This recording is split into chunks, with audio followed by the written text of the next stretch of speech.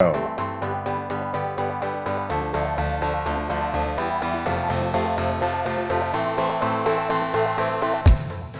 everyone, and welcome back to Schenley Park for another episode of Disc Golf Examiner. Today, we're bringing you coverage from the 2021 Pittsburgh Flying Disc Ice Bowl, presented by Grip It and Rip It Disc Golf. I'm Bryan Keegan, your host, joined today by Andrew Greenslade, who played in this round, as well as Mark Prestopnik, who is the TD for the event. Guys, how's it going? How you doing, Bryan? It's great to be here with you guys today. Yeah, I'm excited to finish this round because tied up on the front nine, we have yourself, Andrew, and Matt Rosier, and close behind, Mark Fedorenko, Dan Horwat, and Thomas Edmonds. I love Schenley Park, guys. I'm not going to lie. I can't get enough of this place. It's where I started playing disc golf. I'm always going to love it. So hole 10 is a par 3, and it plays downhill here. Very easy. I would say you can get there easily with a putter, but anything else might zoom past the basket. But yeah, this came in at the second easiest hole during the Ice Bowl, scoring just underneath par at 2.94. So it's a pretty easy hole if you don't shoot by it or hit that first tree.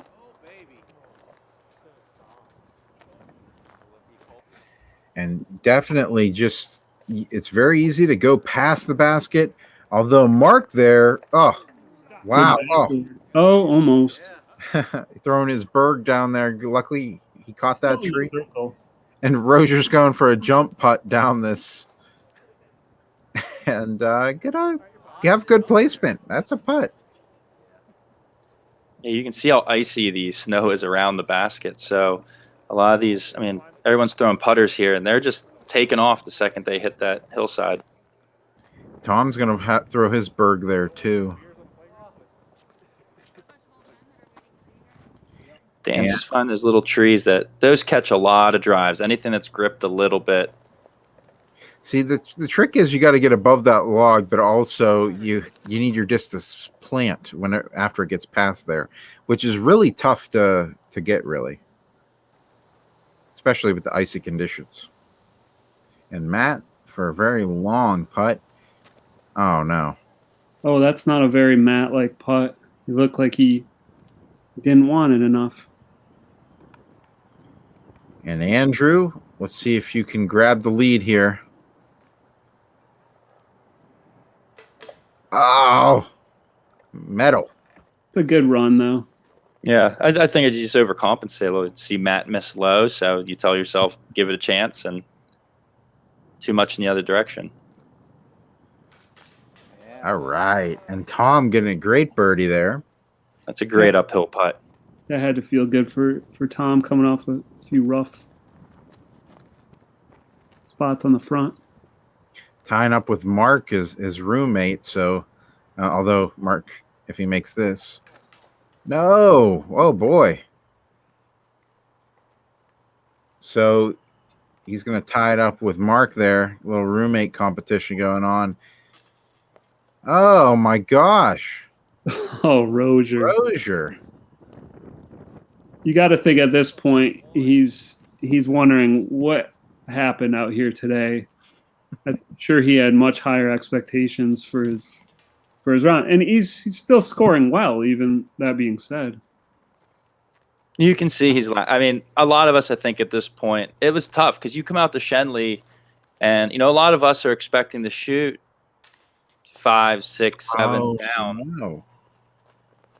And all of a sudden you're battling these elements and weird things are happening, and you have to mentally stay in the round. It's very easy to let some of these things compound, and all of a sudden the wheels come off. But Matt had a good attitude. He's laughing about those little misses. You have to. At least you're out playing disc golf, right? Sure, it's winter, and what more can you?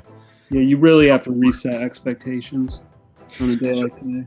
Hole 11 is 252 feet, tightly wooded on left and right side, and you kind of want to have your disc hyzer out there to the left where the basket is. There's some OB just left of the pin. You do have to watch that on that hyzer shot. And that's headed toward it, but saved by a tree.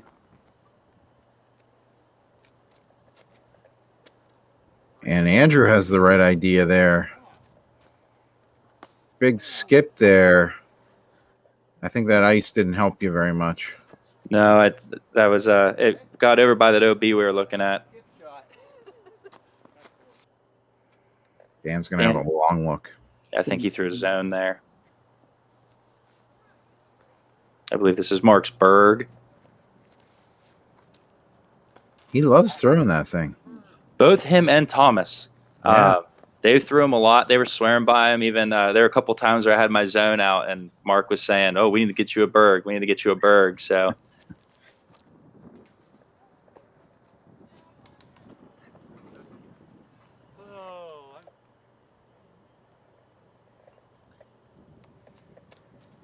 Tom with a good bid there. Yeah. And if I recall, he came awfully close. There's a sneaky little telephone line or power line that runs across this fairway about 10 feet up. And I believe his putt came very close to finding it. Or maybe that was Dan's. It's one of these two. I can't remember exactly. Yeah, interesting story. I was pruning tree limbs one time, and I almost snipped that wire. I had the shears around it, and then I stopped at the last second. Pretty. That would have been a disaster, Mark. Force maintenance stories. Yeah. Stay tuned next week for that one. Oh no! It did come back after you asked it to. I think maybe you got some magnets in that plastic. I'd gotten the bad slide early, so. There's a great putt from Matt. Yeah, great par. Oh boy, Dan was very lucky with that one. A little high. He's on a. I recognize it now. He has his R Pro AVRs for this round, so that's what he's putting with.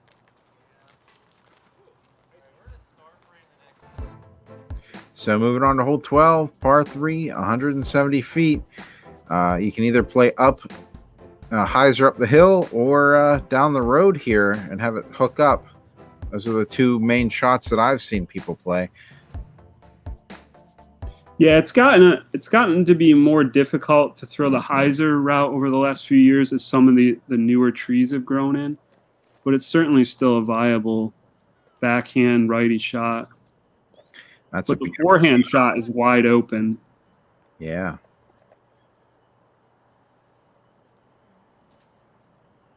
Andrew. Wow. You actually skipped almost to the height of the basket there. You could have had an ace. Almost got that little bounce ace. There's Dan taking the hyzer line. Oh no, Dan. And that's the other problem with the hyzer line, to get it to hold up on the hill.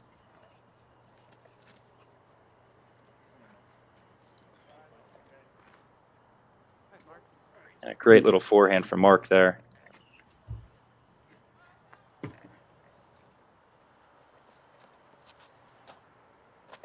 Ooh, and I don't think that's what Matt wanted. Interesting line. Yeah, he's going to skid down the road, but he's going to have a long look at that basket. That's in his zone, though. Yeah, that's true. A little high, even.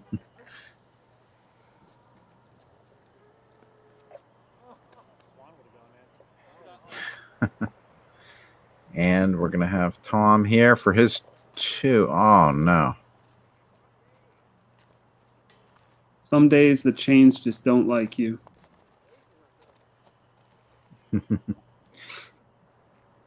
Andrew, for your par.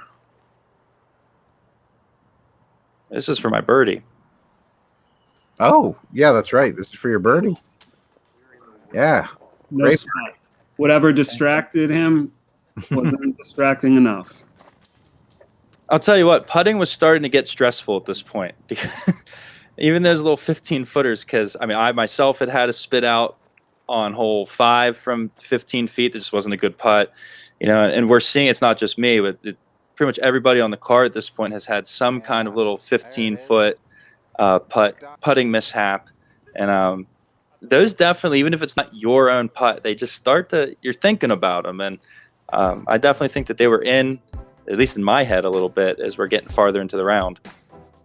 So hole 13, par 3, 296 feet. You got a heavily wooded area here. And really, you have two main gaps that you can go. You can either go to the right of the big tree, or you can do a sidearm to the left before the big tree here. Although, Andrew, it looks like you're lining up a thumber.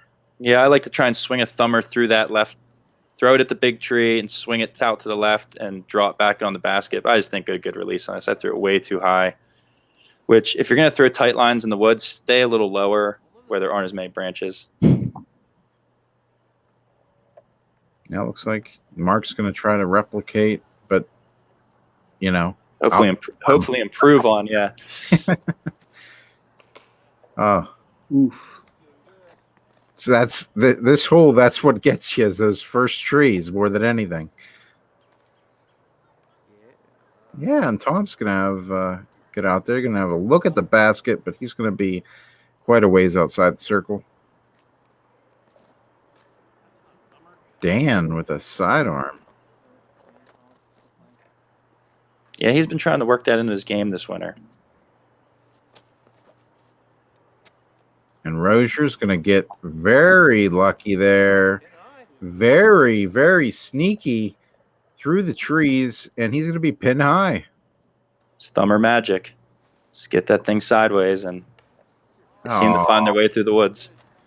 Boy, I saw that line Mark just had, and I'm sad that that tree was there.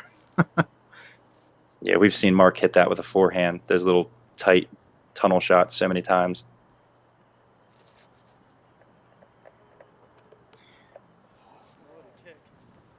A little aggressive there.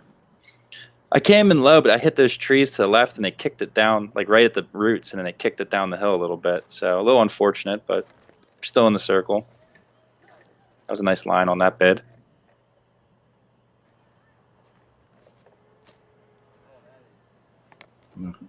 Yeah, you're going to catch a tree. Very lucky tree. Mark just does not like his footing there. He's got a very long look for his par. Give it a good run. Metal.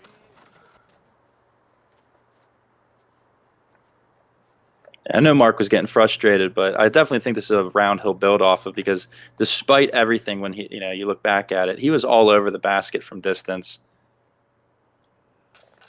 No. Rosier, just a little left side there. Chain out.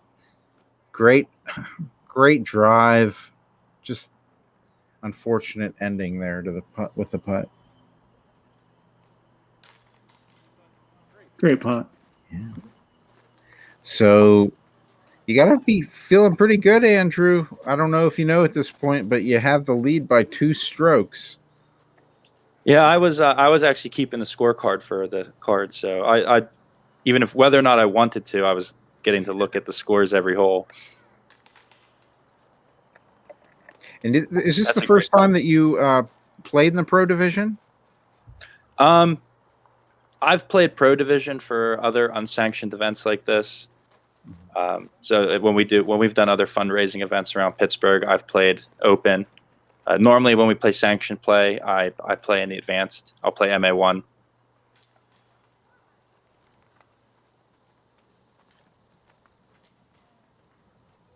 Couple quick cleanups for these guys.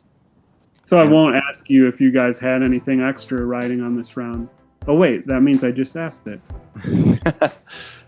I personally didn't have anything extra riding on the round, but I can't speak for anyone else and any other agreements that may have been made or may not have been made. So hole 14, you have this downhill shot, 206 feet, OB behind the basket, and some trees, a lot of trees on either side of the lane here. Andrew, you're going to have a very long look at the basket there with some very mean-looking OB behind it. Yeah, we should also add that Andy Fenlock carded an ace on this hole. Oh, did he? Congrats, Andy. Congrats to Andy. It's a great ace with the OB being so close behind the basket on this one. You're just trying to throw a little overstable putter down there and get it to slide up without pushing that OB too much. So great shot, Andy. And I know for me on this hole, the days I'm feeling good, this line feels easy to throw. And then other days, those trees feel like they're converging on you. You can't hit that gap. So I really think this is one of those mental holes where it is so straightforward. It's just throw it straight down the gap, let it hyzer over to the basket. It should be a routine stock shot, but it's you almost in its simplicity, sometimes you force or you make those mental errors because you expect to be able to throw that shot every single time. Oh. And Andrew, that mean-looking OB right behind the basket, giving that a great putt for birdie, going 3 down, going into hole 15. You got to see that one again. Oof. Beautiful stroke there. Yeah. It was just you start to feel that confidence. You stop pulling the putt. For me at least, I just start thinking about driving it into the basket. And I know for me, that's when I'm at my best putting, is when I'm just, the things like the OB behind don't matter. It's just me driving the putter to the pole.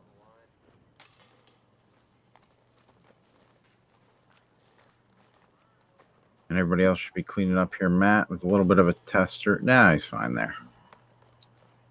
That's funny. He gives it an extra look. Is this going to pop out on me?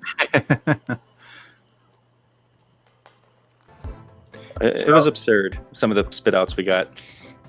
Hole 15's uphill, 254-foot hole. You do have some trees in your way here, but it is the easiest position for this particular hole. Yeah, this was actually the third easiest scoring hole during the Ice Bowl. And I should say that, we were talking about this beforehand, and Andrew said he hadn't seen it in this pin position before. And I remarked that I don't like it in this pin, but my co-tournament director, Matt Brungo, kind of made me put it there this year. So anyone who didn't like this pin position, or they did like it, you have Matt Brungo, the co-TD, to thank. And also, big thanks to Matt for all his work in the Ice Bowl and making this a success. Yeah, he did a lot of work this year, including you guys were on the radio here in Pittsburgh. You guys were, all over the place. We did a actual live video with the food bank, and Matt took place in that too. Everything went real well. I'm so glad that we were able to raise that much money for the food bank. Yeah, and you got some great shots coming in here. These guys true to form, putting it all up in there, and probably mostly going to be some birdies here.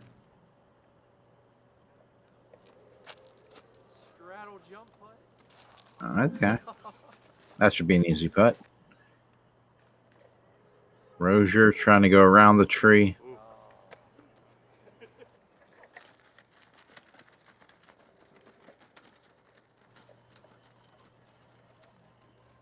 Dan for his birdie. Get it. Yeah, Dan. Yes. That's a great putt. There he is, coming to +1. Now between him and Rosier, only a stroke. And if there's something Dan is definitely winning today, it is the hat game. That's true.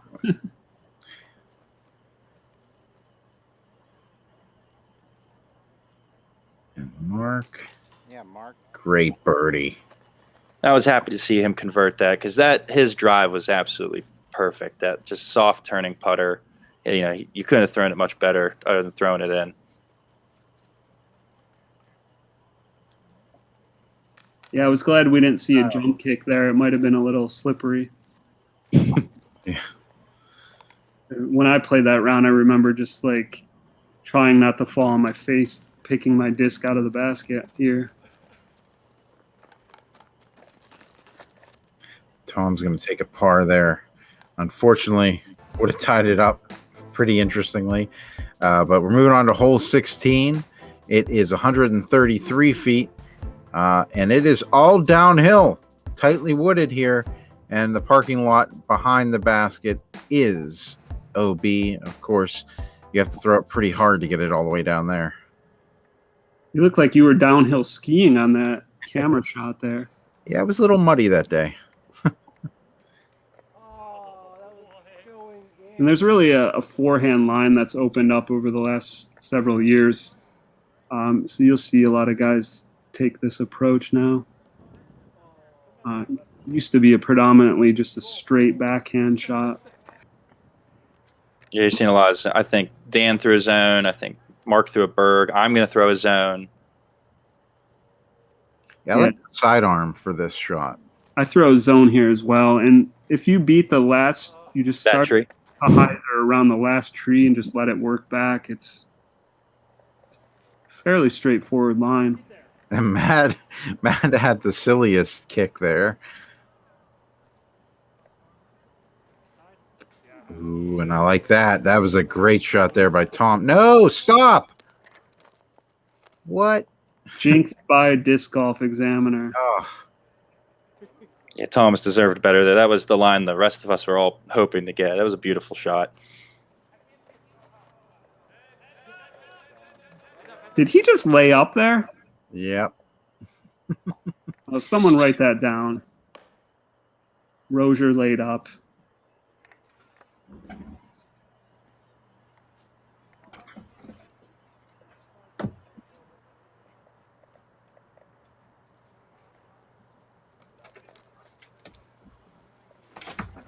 And I was trying to lay up. The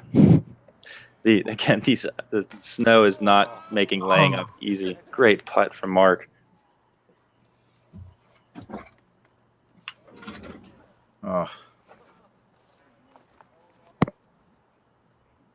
That looked like he was trying not to miss on that putt. Tom with his birdie. Great shot. Great putt, Thomas. Putt. Mark, I think that was honestly a lot of people were getting to that point. Some people just you're putting not to miss instead of putting to make it, and we just had so many spit outs and weird putting shenanigans that it's hard not to have those things sitting in your head. Yeah, I think we've all been there before.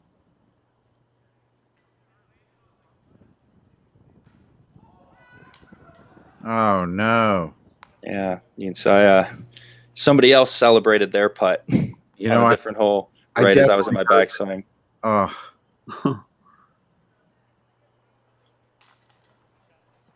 Yeah, when this course is heavily played and there's a lot of people out there, you really have to stay focused.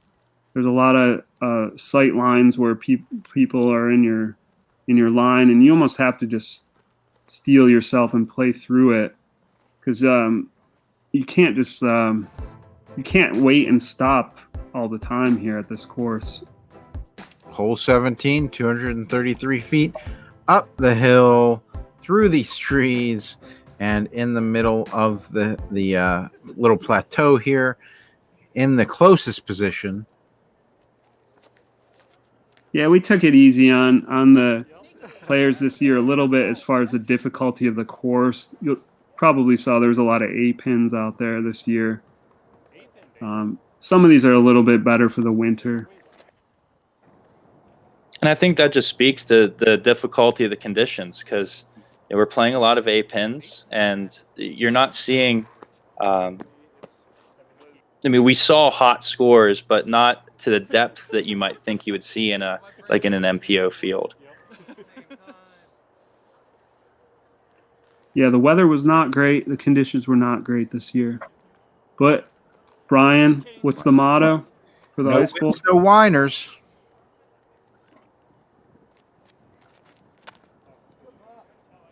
And it seems like everyone had a great time too. So that's right. I was lucky enough to get in around after it had snowed, probably another 6 inches. Yeah, I think Jay Gary was out there. I think he camped out. He built a little fort on hole 17 and he slept in it for a few days. Was that him? Wow. Oh, Dan. wow. Dan. Wow, Dan, nice putt, man. Dan should putt with AVRs all the time. That was a great putt. Got to get an examination on that one. Yeah, Dan. Boom. Crushing it. Center. And Cut. that's Chain. bringing it back to even for Dan. Andrew, can you do that too?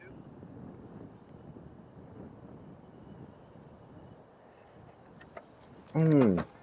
Not quite. Oh. Between the big putt and that hat, that's hard to follow up, you know. And Mark really not trusting his footing there. Oh, come on. Rosier with a good birdie at least. With Dan. Which, you know, of course, makes things interesting going into the last hole. We have Andrew here for his par.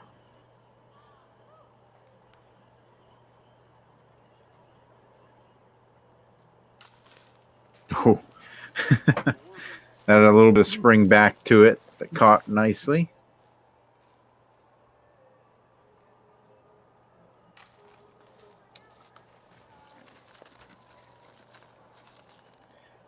And Mark, if he can just get this, There it is. get his par. So it sets up for a competitive last hole here going into 18. That's right. It's only 201 feet across the hill. It plays hillside to hillside. And it's a birdieable hole. So definitely the big things here. You don't want to go long. There's OB behind that fence. And to the left of the, there's like a little pavilion there. Yeah. On top of that compressor building is out of bounds. That's it. Once in a while, you'll see a disc go up there. If anyone goes up there, don't throw from up there. Be smart. Don't climb up there.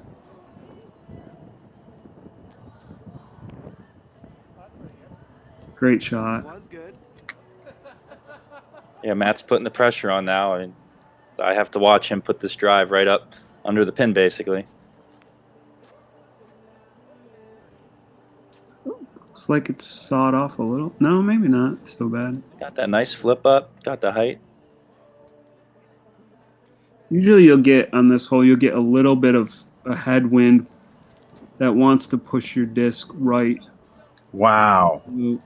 And Mark having a pretty good few wind bounces there as he gets up to the basket.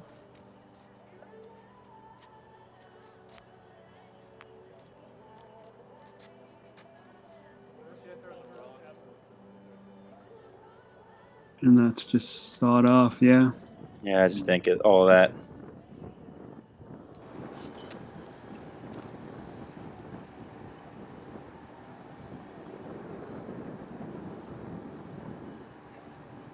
So I got to make this big putt pretty much to keep pace, and I gave it a run. Just turned it in the wind a little bit. And here we have Dan with a long look uphill. See if he can finish strong here, Dan. Oh, close. You definitely do have wind coming up off that hill too, which makes it all the harder there. As we'll see Tom here, he's got almost a downhill putt. Oh no. It looks like it right side chained out and kept going there with the breeze. We'll see Andrew here from about 20, 25 there. That's a Getting good far. save after what you went through there on that hole. Yeah, it felt good. I just, I wanted to give it an aggressive run. Great putt from Thomas. Yeah. And for Mark, this will be for his birdie. grabbing that, coming back to even. It's a nice positive way to finish your round. And Matt grabbing a birdie, tying it up with Andrew. Matt, after being on the struggle bus for a lot of that round, his score still ended up very respectable. Yeah, very. Yeah, Matt played clean through the back nine, and he got those 2 late birdies to pull it back down to 2 under. So that speaks to the mental side of Matt's game. But he's been doing this for a while, so you wouldn't expect anything less. Absolutely. And we had a really great turnout. Like we said, 256 people participated in this tournament, and we were really excited to be there, just be able to take part in a little bit of history here for the Ice Bowl here in Pittsburgh. As far as things go, Mark, is there anything you'd like to say about who won and or anything like that? I would just say that for people who are curious, the low scores for the round, there were 247s that were shot, so that's 7 under par. Wow! By Josh Scripp and Blake Kelly. So those were the low rounds of the Ice Bowl. And big thanks to everyone who participated and raised money this year. This was a remarkable event, and I'm so happy that we did this for the Greater Pittsburgh Community Food Bank. And after the year we had, we all know that we needed it, so we were all very happy to be a part of it. Andrew, anything you want to add before we go? This was just a great tournament. I had a really great time playing, despite being out in the cold. Seeing so many people playing, I love this format for a fundraising tournament. The week long, 200 plus people playing.